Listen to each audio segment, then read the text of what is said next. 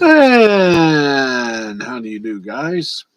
How's everything? Steve here. Harry is off today, so I'm doing the Sunday edition of Steve's Sports, and you're welcome. Yeah, it's another one of those fun days where um,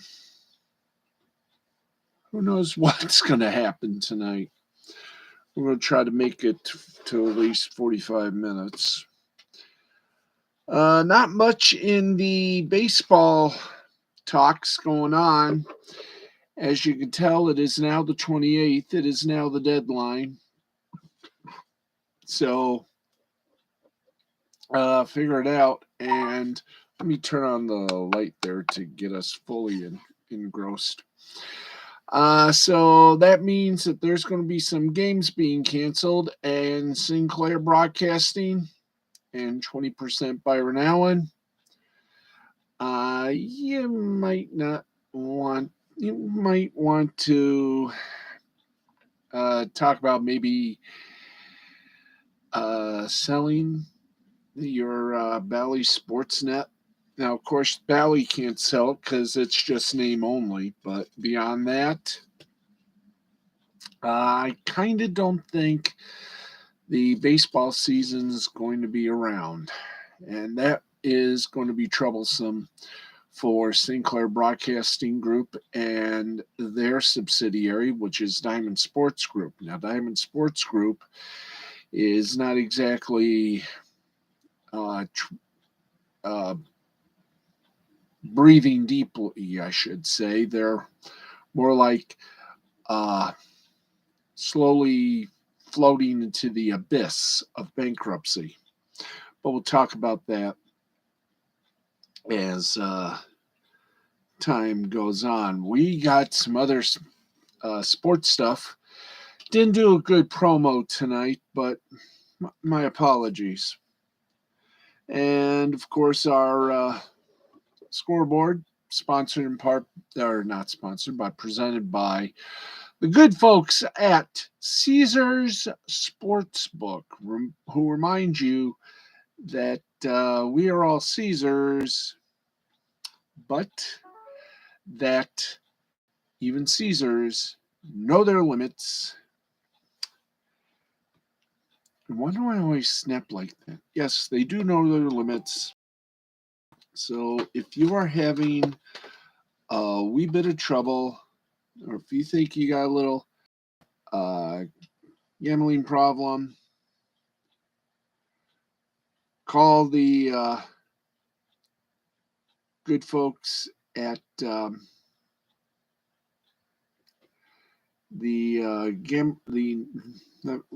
let me get this perfectly here. If you have a gambling problem, contact the folks at um, the National Gambling Problem Hotline at 1-800-522-4700. That's the number. Yes, that is the number. Or call 1-800-GAMBLER. There you go. Okay, so we got all that, and let's now take you over to our basketball segment, which is, of course, pretty good. There's only one game going on right now. 6 minutes, 41 seconds remaining in the game. It is New Orleans Pelicans on Mardi Gras week. 103 to Lakers 80. Final scores. Right, so that is with 6:41 left. Pelicans lead 103 to 80 over the Lakers. Let's get some final scores, shall we? Earlier this afternoon, the Philadelphia 76ers beat the New York Knicks 126 to 109. Joel Embiid for Philadelphia, 37 points, 9 rebounds, and 3 assists.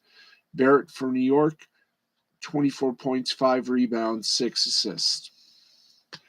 Phoenix Suns lost in a tough game against the Utah Jazz. Score 118 to 114. Mitchell for Utah, 26 points, 2 rebounds, 5 assists. Booker for Phoenix, 30 points, 7 rebounds, 7 assists. The Indiana Pacers beat the Boston Celtics 128 to 107. Tatum for Boston, 24 points, 5 rebounds, 3 assists. Brissett from Indiana, 27.6 rebounds. The Pistons in overtime beat the Hornets by 1. Charlotte Hornets, that is, by 127-126. Bay for Detroit, 28 points, 8 rebounds, 3 assists. Rozier for Charlotte. Yeah, Charlotte. Charlotte Hornets, yeah. 33 points, 5 rebounds, 2 assists. Continuing on, Los Angeles Clippers over the Houston Rockets by 1, 99-98. Jackson for the Clippers, 26 points, 9 rebounds, 6 assists. Matthews for Houston, 17 points, 1 rebound, 1 assist. Dallas Mavericks over the Golden State Warriors, 107-101. Doncic for Dallas, 34 points, 11 rebounds, 2 assists. Curry, 27 points, 4 rebounds, 10 assists. Denver Nuggets over the Portland Trail Blazers, 124-92. Green for Denver, 20 points, 10 rebounds. Simons for Portland, 16 points, 2 rebounds, 4 assists. That is your NBA scoreboard right there in a nutshell. Should we do the standings right now after these games with the exception? Oh, why not? Okay, right now in the Eastern Conference, top 8, I do believe, get to do their thing. Let me just, yeah, I think it is top 8. It's got to be. Yeah, it is. Top 8. Let's get to the standings right now. Ow. There we go. All right. Do we have a... okay. Right now, here are the top 8. Or top 8 in the Eastern Conference. Miami Heat, 40-21. Chicago Bulls, 39-22. Philadelphia 76ers, 37-23. Cleveland Cavaliers, 36-24. Milwaukee Bucks, the defending NBA champions, are in 5th with a record of 36-25. Boston Celtics in 6th with a tote of 36-27. You got the Raptors in 7th place at 32-27. The Brooklyn Nets in 8th place with 32-29. And the Charlotte Hornets in 9th with 30-32, along with the Atlanta Hawks at 29-31. Washington Wizards in 11th place with 27-33. New York Knicks in 12th at 25-36. 13th goes to the Indiana Pacers, 21-41. 14th place, Detroit Pistons, 15-46. And the Orlando Magic at 15th with 14-47. In the Western Conference, number 1, Phoenix Suns at 49-12. Golden State Warriors are in 2nd at 43-18. Memphis Grizzlies in 3rd, 42-20. 4th place, the Utah Jazz at 38-22. 5th place, Dallas Mavericks, 36-25. As well as the Denver Nuggets, they're also at 36-25 in 6th place. 7th place, Minnesota Timberwolves, 32-29. LA Clippers in 8th, 32-31. Los Angeles Lakers on the outside looking in at 27-32. And the Portland Trail Blazers in 10th with 25-36. New Orleans Pelicans at 24-36. 12th place is San Antonio Spurs, 24-37. 13th place, Sacramento Kings, 22-40. 14th place, Oklahoma City Thunder, 19-41. And in 15th place, Houston Rockets, 15-45. So who is the worst team In the NBA this season, the Orlando Magic so far 14 wins, 47 losses. So there you go. And if the season were to end today, the top 8 teams for the Eastern Conference would be Miami, Chicago, Philadelphia, Cleveland, Milwaukee, Boston, Toronto, and Brooklyn. The Charlotte Hornets and the Atlanta Hawks would be in a play-in game. And, well, no, it would be the Charlotte Hornets would be in the play-in game. Western Conference, Phoenix Suns. Thank you.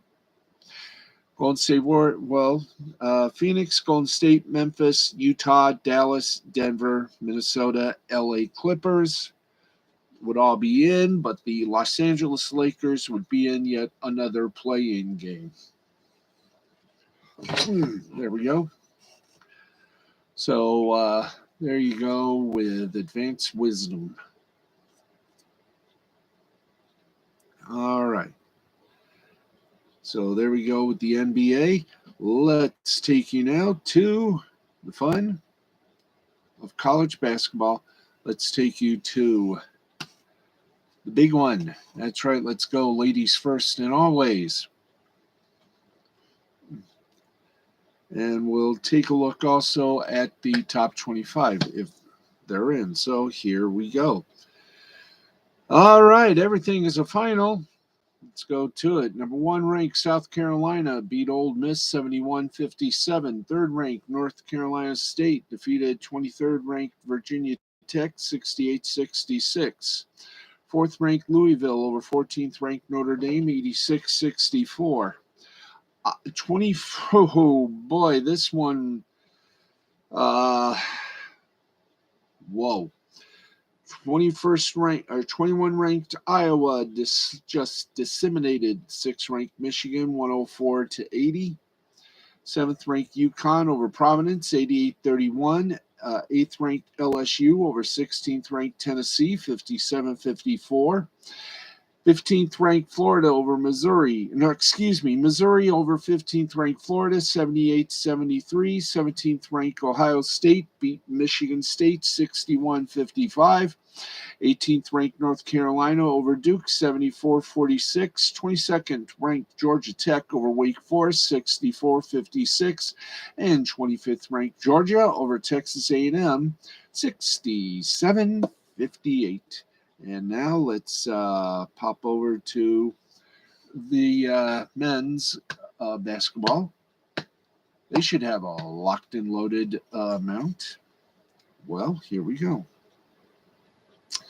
14th ranked Houston over SMU 75-61. 15th ranked Illinois over Michigan 93-85.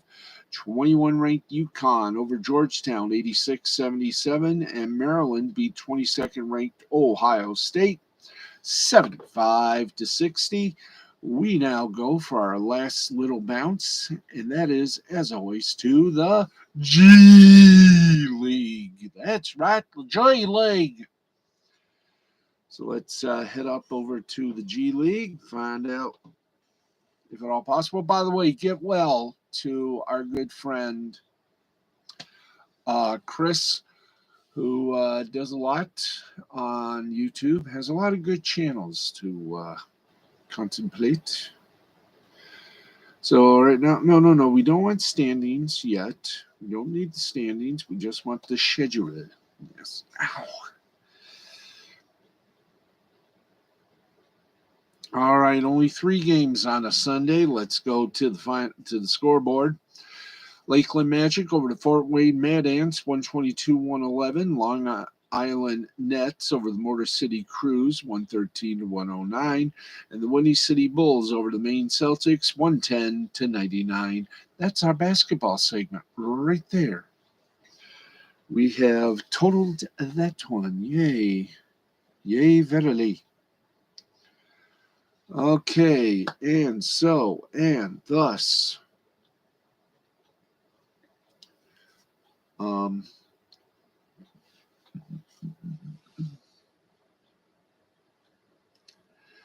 let's get going, and Let's go from the hardwood to the hard synthetic fake ice of the National Hockey League. Yep, it's our hockey segment, ladies and gentlemen. Let's not dilly dally much long.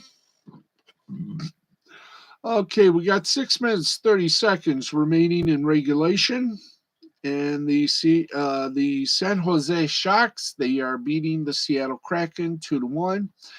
Carolina Hurricanes beat the Edmonton Oilers 2-1. Svechnikov for Carolina, 2 assists. Teravanian for Carolina, 1 goal, 1 assist. And Anderson for Carolina, 26 saves. Dallas Stars over the Buffalo 2. Raffi for Dallas, 2 goals. Ottinger for Dallas, 38 saves. And Harley, 1 assist for Dallas. St. Louis Blues blanked the Lindesteel Blackhawks by a score of 4-0. Perron for St. Louis, 2 goals. Bennington for St. Louis, 30 saves. And dear Mr. Shane got 2 assists for St. Louis. Winnipeg Jets beat the Arizona Coyotes by a score of 5-3. Connor for Winnipeg, 2 goals. Svechnikov for Winnipeg, 1 goal, 1 assist. And Arizona's Hayton, 1 goal, 1 assist. In other little scoreboardies, Pittsburgh Penguins over the Columbus Blue Jackets 3-2. Malkin for Pittsburgh, 1 goal, 1 assist. Roslovic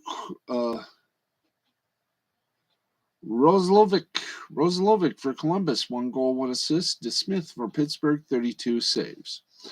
Vancouver Canucks beat the New York Rangers by a score of 5-2. Demko for Vancouver, 31 saves. Highmore for Vancouver, 1 goal, 1 assist. And Myers for Vancouver, 1 goal, 1 assist. New York Islanders blanked the not-so-mighty Ducks, 4-0. Sorokin for the Islanders, 34 saves. Dobson for the Islanders, 1 goal. And Terry was so good for Anaheim, they didn't put anything on him.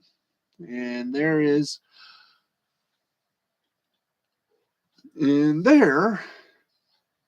was your hockey scoreboard for that. Right now, let's divvy up the college hockey scoreboard. Let's first go to the men. And only 2 conferences had games going. The ECAC, Harvard 3, Princeton nothing. And in Hockey East, Boston College defeated 13th ranked Boston University 3-1. Let's check the ladies and see how they were doing. Then we'll go to the minor leagues. Then we'll hit the headlines, and then we'll say goodnight. Okay, in the ECAC tournament, it's tournament play for ladies. 7th ranked Yale over St. Lawrence by a score of 3-2. 6th ranked Harvard lost to Princeton 3-2. And in the WCHA, it was 5th ranked Minnesota Duluth over Minnesota State 3-2 in overtime. There you go. So now we go from one extreme to the next. We go to our minor league scoreboard, and we stop in first with the AHL. Get some scores there. And let's see if we can do this. The proper extent. All right. Bridgeport Islanders over the Charlotte Checkers 5-3. In a shootout, Manitoba Moose beat the Chicago Wolves 4-3. Providence Bruins over the Hartford Wolfpack 6-3. Wilkes-Barre Scranton Penguins beat the Syracuse Crunch in overtime 4-3. In another overtime, Colorado Eagles beat the Milwaukee Admirals 4-3. Rochester Americans upended the Toronto Marlies 5-3. Utica Comets just beat the Hershey Bears 3-1. Texas Stars over the Rockford Ice Hogs 3-2. Ontario Reign over the Tucson Roadrunners 5-1. The Abbotsford Canucks over the Stockton Heat 6-2. There you go on that level. Let's go now to the big O for the Ontario Hockey League. And I'm going to put you down for a temporary moment. Let's see here. Boop. Ugh. Excuse me, folks. There we go. There were 7 games on the slate tonight at the Ontario Hockey League. Let's get to what there was. Ottawa over Mississauga, 3-1. Erie over Flint, 7-3. Guelph over Kitchener, 7-3. Hamilton beat Niagara, and I mean they beat them like a rented U.S. government mule, 10-2. Almost said 10-0. Wouldn't have mattered either way. They still lost. North Bay over Sudbury by a score of 6-2. Windsor over Sarnia, 5-1. And Kingston over Oshawa, 3-1. There you go. Happy landings, everybody. And let's go on our minor hockey. Let's go to our minor hockey board and see who else had a little fun tonight. Let's take a look at the ECHL. And as soon as things pop up here on our little teleprompt, we will bring it to you. And there we go. You have to wait till it all spins around like madness.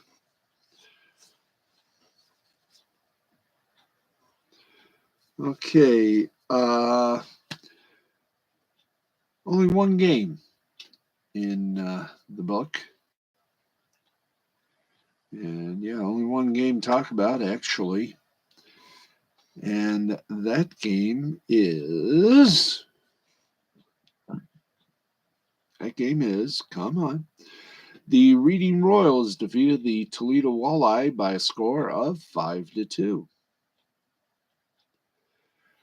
And there you go. Oh, man,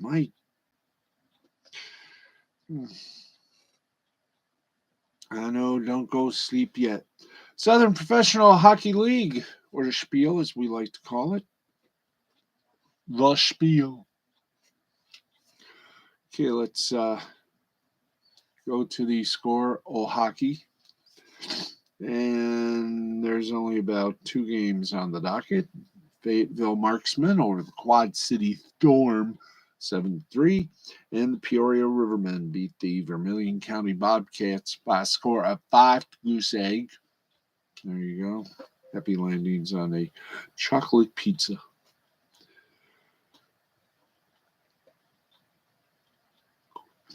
All right, Federal Prospect Hockey League, if you're ready for this, I know I is.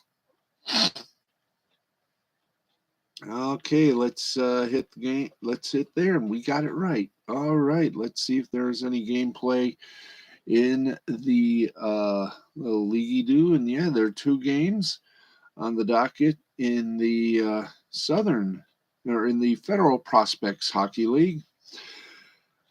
Columbus defeated Carolina 4-3, and Watertown defeated Binghamton by a score of 4-3. There you go. There is our hockey segment right there. And let's go for some sports headlines. And here we go. Happy landings. And Sunday marked the 7th consecutive day in which representatives from Major League Baseball and their Players Association were set to meet, each in hopes at least to close the gap in negotiations on a new collective bargaining agreement. Major League Baseball set a February 28th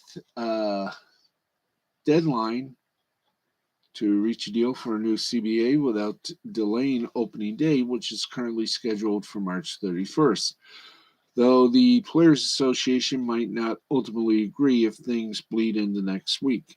League spokesperson told reporters, including Evan Drellich of The Athletic, that games will be canceled without being made up after February 28th. And as a reminder, the owners could lift the lockout. Big League spring training could begin nearly immediately, while the two sides continue to negotiate. To this point, however, there is no indication the owners are willing to do this. Commissioner Rob Manfred made his first appearance of the week on Friday. Additionally, two sides made progress on the draft lottery, suggesting one item is close to being put to rest. On Saturday, the Players Association presented the league with a comprehensive package of counterproposals following a Zoom call with the team representative, with the player team reps. On Sunday, the sides met until early evening with an agreement to continue talking on Monday morning. An MLB official classified the day's talks as productive, according to Bob Nightingale of the USA Today. The union, for its part, told Jesse Rogers of ESPN that they're very far from an agreement and nothing was settled. Now, it's notable that no formal proposals were made, and the sides remain very far apart on significant issues, per Nightingale. Drellich, meanwhile, added that neither side thought Sunday brought significant momentum or a breakthrough. Also, according to Drellich, the league offered to eliminate draft pick compensation in exchange for higher CBT rates. The league was said to be willing to up the CBT threshold too, albeit not by much.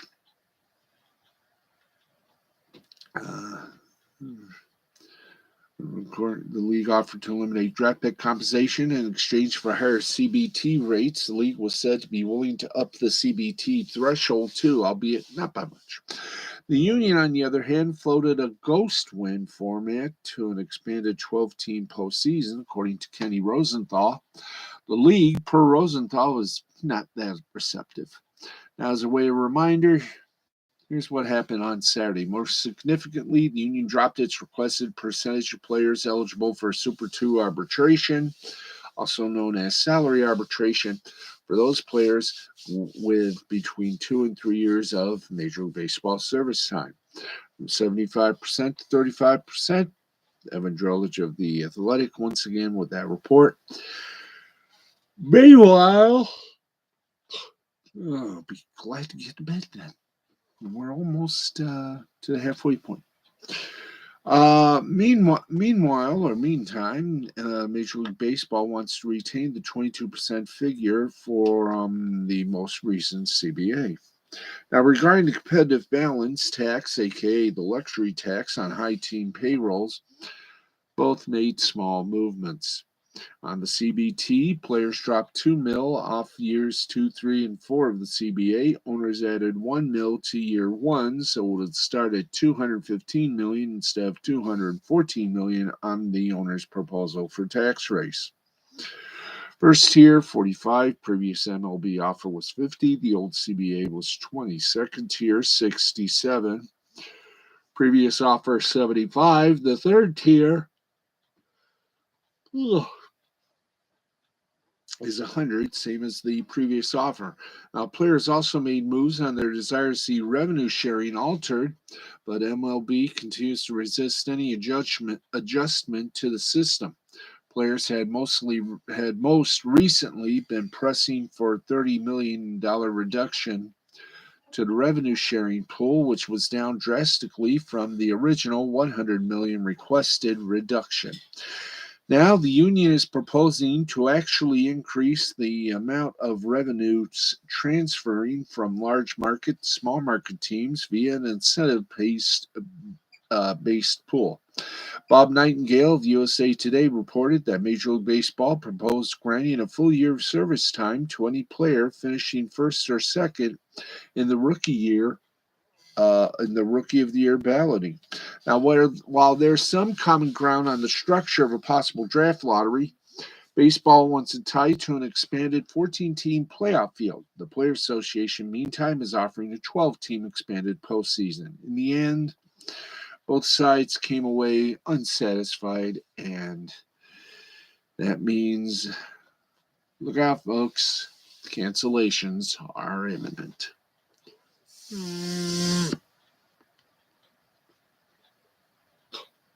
All right, let's keep the flood going. Okay, let's take you to golf. The Honda Classic was played over the weekend. And, wow. The golfer most in control of his ball on Sunday thrived when conditions got untenable late in the 2022 Honda Classic.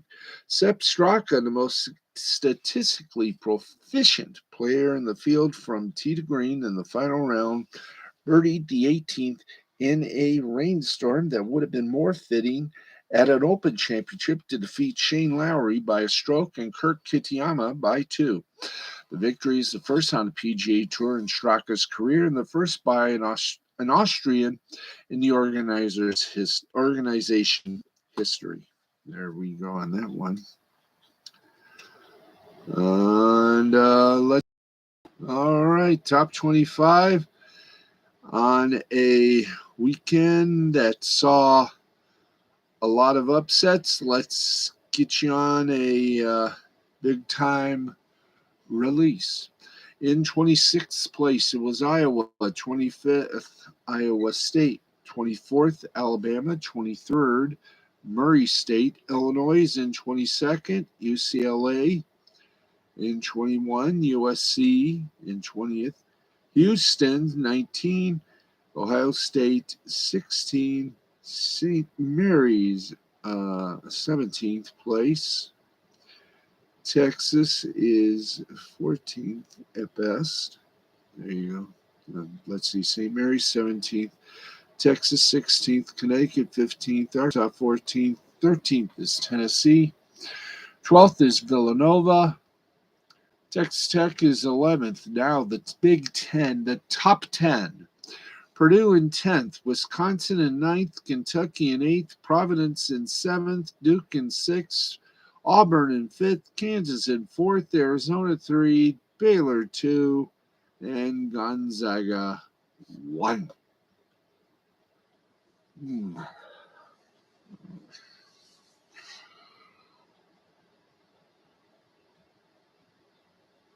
Oh, okay. So a lot of the upsets really shook up the AP Top 25. Speaking of shaking things up, it looks like we may have some overtime changes in the NFL. The Indianapolis Colts have submitted a proposal to guarantee each team an overtime possession, according to Judy Batista of the NFL Network. Now, if approved, the rule change would apply both to the regular and post. Rich McKay, the chairman of the NFL's competition committee, said that possible changes to overtime will undoubtedly be brought up when the committee meets this week. Now, according to Batista, teams may propose overtime changes for solely the postseason or for both the regular and postseason. Now, it's unclear whether there is enough of a league-wide consensus to alter the league's current overtime format. There better be.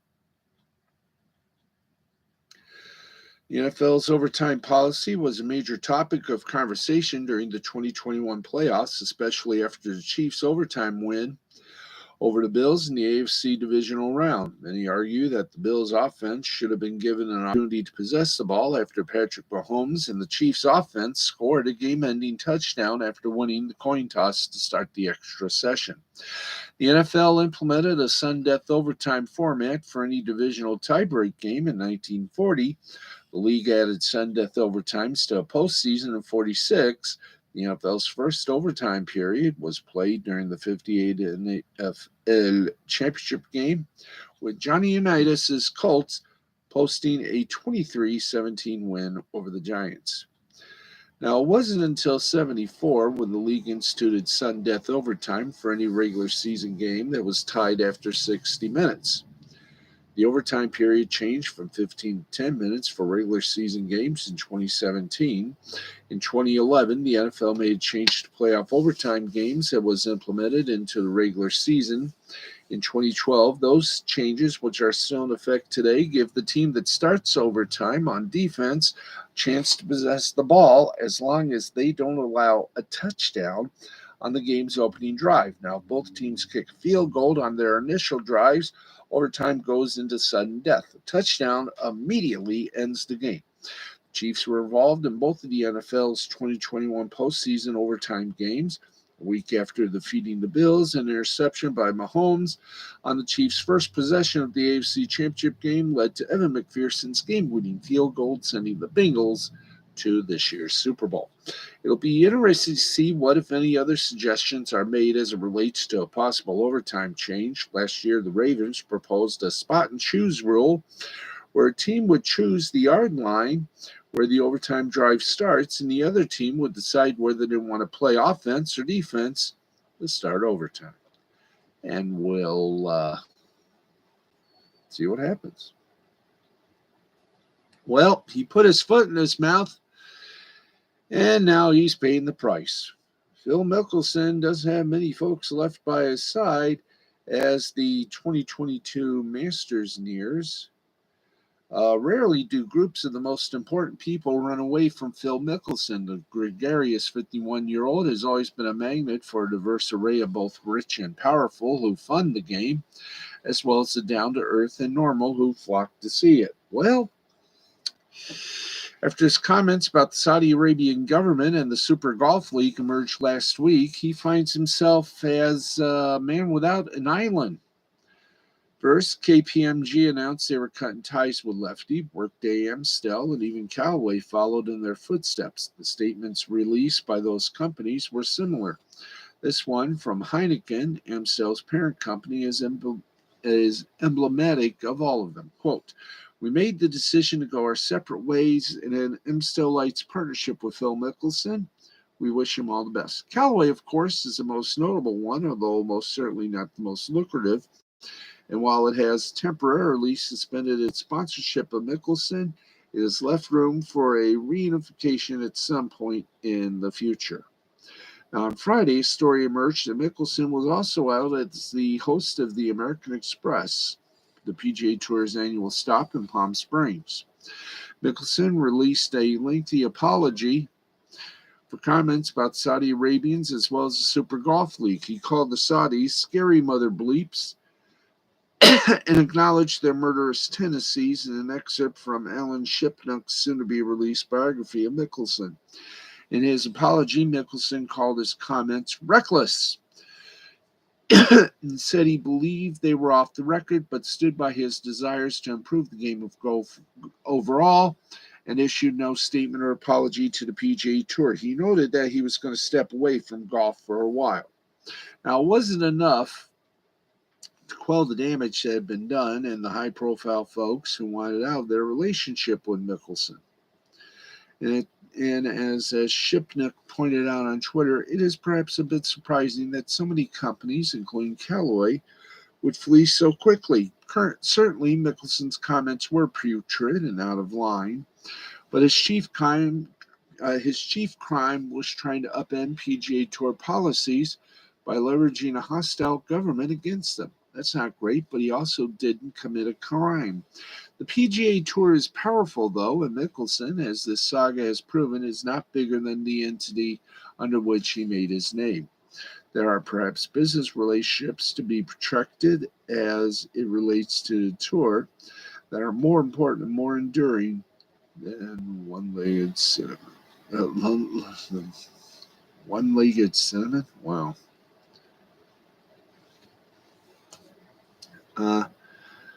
There are perhaps business relationships to be protected as it relates to the tour that are more important and more enduring than one with a 51-year-old who has had one good week in the last 2 years. Regardless, it's odd to see Mickelson like this, alone and in the lurch. Normally, when this happens on the course, we get something heroic. If not the result, then at least the effort. Surely that's coming out of this as well, and will likely be as entertaining as ever. We can only hope. Ugh. Oh, boy. There we go. Okay, we got about 15 minutes left of this broadcast. Well,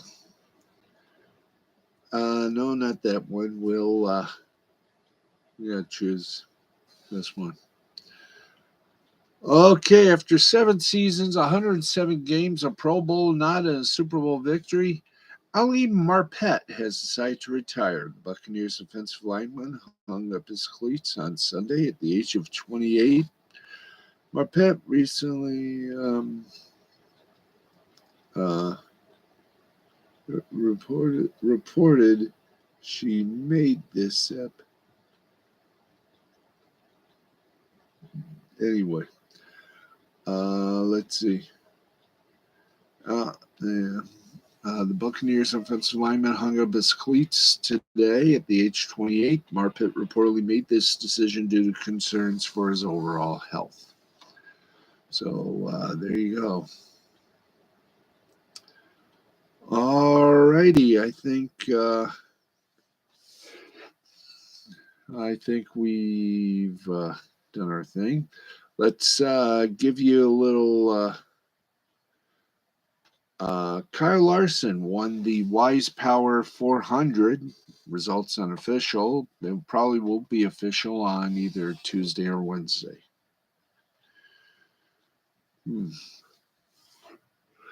And the IndyCar at St. Petersburg. Scott McLaughlin took the checkered flag in the season opener of the IndyCar series. And let's see here. Okay, I'm almost asleep here, kids.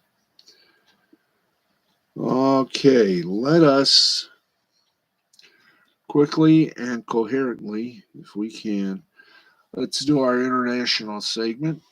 And thus, by the way, we've done the headlines. Now let's get to our super quadruple events. And here we go in the EFL Club. Final, Chelsea and Liverpool ended up in a 0-0 tie. Liverpool did win 11-10 on penalties. West Ham United over Wolverhampton Wanderers in the Premier League, 1-0 is the final score. Hibernian and Celtic, they got two of them, two of the speeders. There we go. Hibernian and Celtic tied at 0. Rangers and Motherwell tied at 2. In the Premier League, West Ham United over Wolverhampton, 1-0. In the fifth round, the Women's FA Cup, Arsenal over Liverpool, 4-0. Manchester City over Manchester United, 4-1. Everton over Carlton Athletic, 2-0. There we go. Oh, man, I am slipping. Okay, Manchester City over Manchester by a score of 4-1. Everton over Carlton Athletic, 2-0. Birmingham City over Durham, 1-0. Ipswich Town and Southampton tied at 1, but Ipswich Town won 4-2 on penalty kicks. West Ham United over Reading Women, 1-0. Coventry United over West Bromwich Albion, 4-2. In the Lowland League, Celtic B over the University of Stirling, 3-1. And let's see if we we'll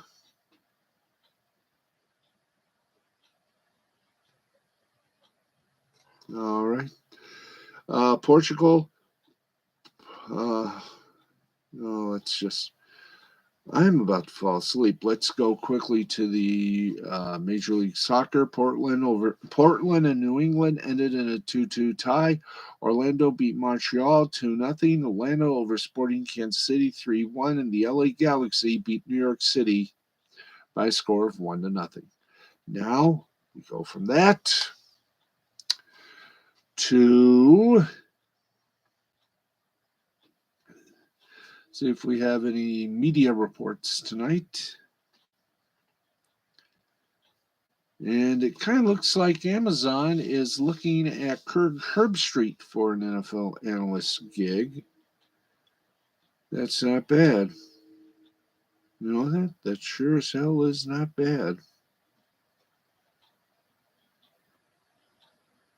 Alrighty.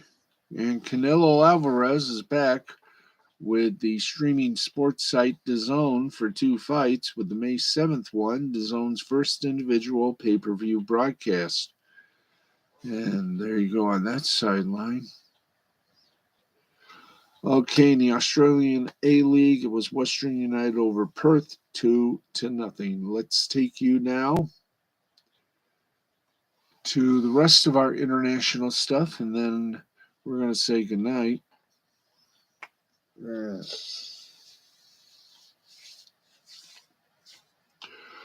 Alrighty. Yeah.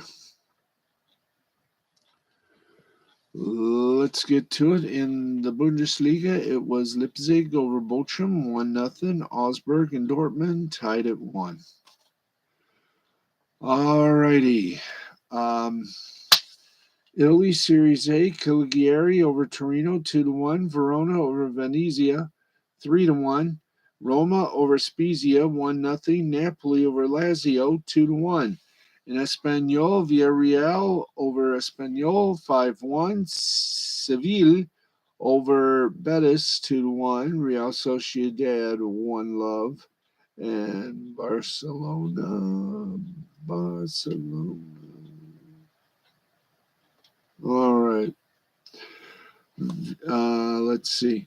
Villarreal 5, Espanyol 1, Seville 2, Betis 1, Real Sociedad 1, Osasuna 0. Barcelona beat Athletic Bilbao 4-0.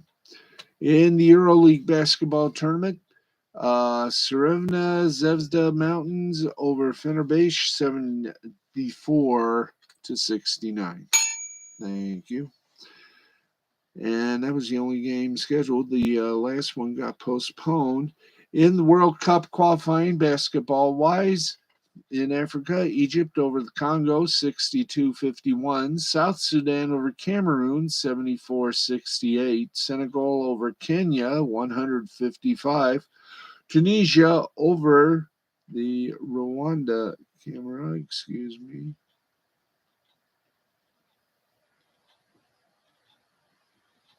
Anyway, let's see. What's we got? We got Egypt over Congo, 62-51. South Sudan over Cameroon, 74-68. Senegal over Kenya, 155. And Tunisia, 65-51. In the first round, the World Cup qualification, USA beat Mexico 89-67. Canada overtook the Virgin Islands, U.S. Virgin Islands, 94-46. Dominican Republic over the Bahamas, 90-65. And Puerto Rico over Cuba, 65-62.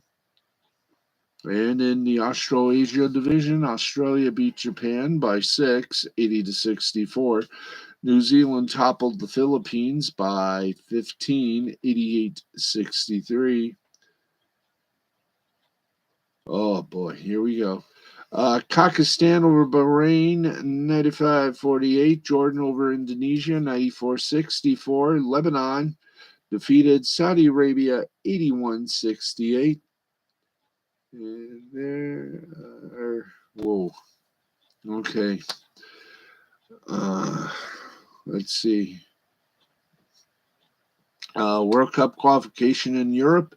Hungary over Montenegro, 88-84. France over Portugal, 69-56. Lithuania over Bosnia-Herzegovina, 77-56. Czech Republic, an 83-80 winner over Bulgaria. Georgia over North Macedonia, 79-65. And Italy over Iceland, 95-87. And there you go on that. We are perilously out of time, so we're going to cut it there. Besides, my eyeballs are wanting to go to sleep. And who can blame my eyeballs?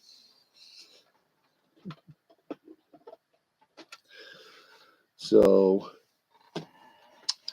that is going to wrap things up for us. Want to thank you all for tuning in. We will see you back here again on whatever day it is. Oh, yeah. We'll see you back here Monday night, midnight Eastern. So until then, thank you, everybody. I'm Steve the Baxman Baxley. And as always, remember, keep your sporty balls clean and shiny. Till then, this has been a presentation of Mystifying Creativity Productions in association with the L2C Media Network and L2C Sports. Thank you, everybody, for watching. Good night. I am Steve, the Baxman Baxley, for our vacationing Harry von Stuttgart and everybody involved in this broadcast. Good night. We'll see you tomorrow night at midnight Eastern Time. Good night, everybody.